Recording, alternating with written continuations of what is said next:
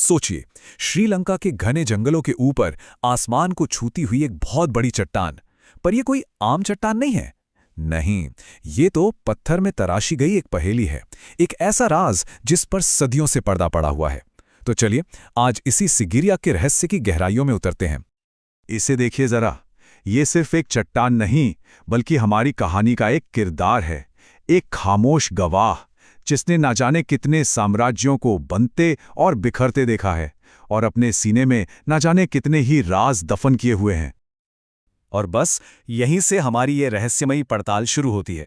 आज हम मिलकर एक ऐसी जासूसी कहानी के पन्ने पलटने वाले हैं जहां दो बिल्कुल अलग अलग थ्योरीज एक दूसरे से टकराती हैं।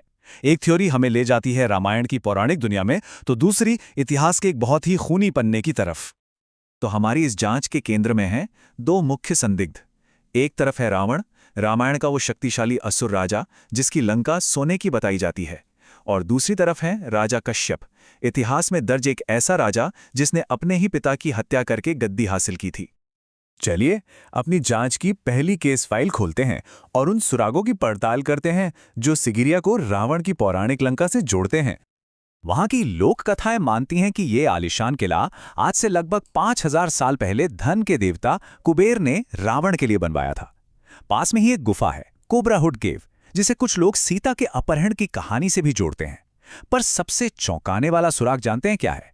यहां मिले शिलालेख ये साबित करते हैं कि बौद्ध भिक्षु राजा कश्यप के आने से भी सदियों पहले, यानी 3री शताब्दी ईसा पूर्व में इन गुफाओं में रहा करते थे। और कुछ थियोरीज तो और भी आगे जाती हैं।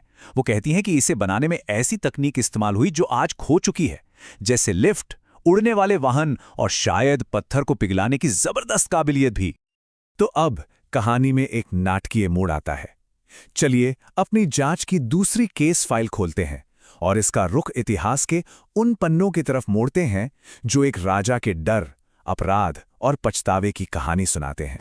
इतिहास की कहानी एकदम साफ है। साल 477 ईस्वी में राजकुमार कश्यप ने अपने पिता राजा धातुसेन को दीवार में जिंदा चुनवा दिया और अपने सौतेले भाई मोगलाना से सिंहासन छीन लिया।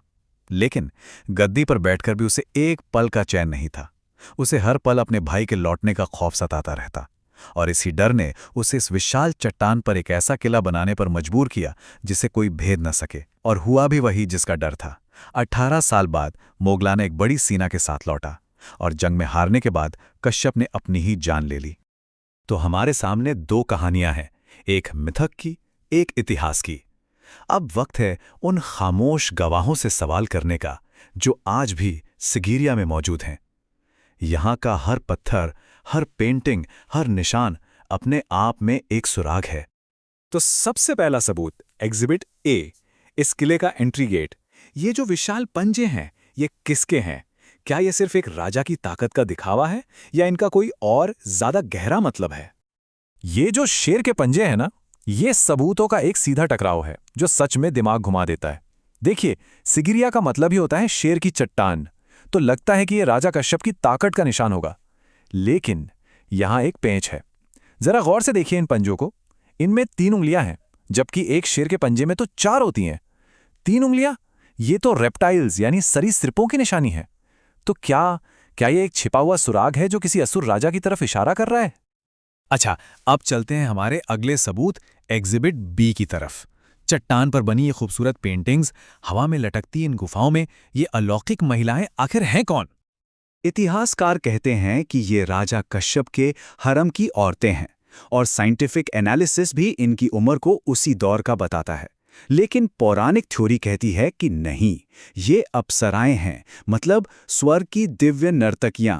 और इसका सबूत उनकी कमर के नीचे बने बादल, जो ये दिखाते हैं कि वो जमीन पर नहीं बल्कि आसमान में तैर रही हैं। यहाँ एक मिरर वॉल यानी शीश महल भी है। कहते हैं ये दीवार कभी इतनी ज्यादा चमकदार थी कि राजा कश्यप इसमें अपना अक्स देख सकता था, शायद अपने गुनाहों का सामना करते हुए। या फिर क्या ये रावण के भव्य महल का कोई बचा हुआ हिस्सा था? आज इस दीवार पर हजारों साल पुराने लेख उकेरे हुए हैं जो यहां आने वालों ने इसकी खूबसूरती देखकर लिखे थे। अब चलिए इस केस के आखिरी सबूत, एग्जिबिट सी की तरफ, किले के शिखर पर चलते हैं। यहां जो इंजीनियरिंग दिखाई देती है वो सच में हैरान कर देने वाली है। क्या ये उस जमाने के इंसानों के लिए मुमकिन था?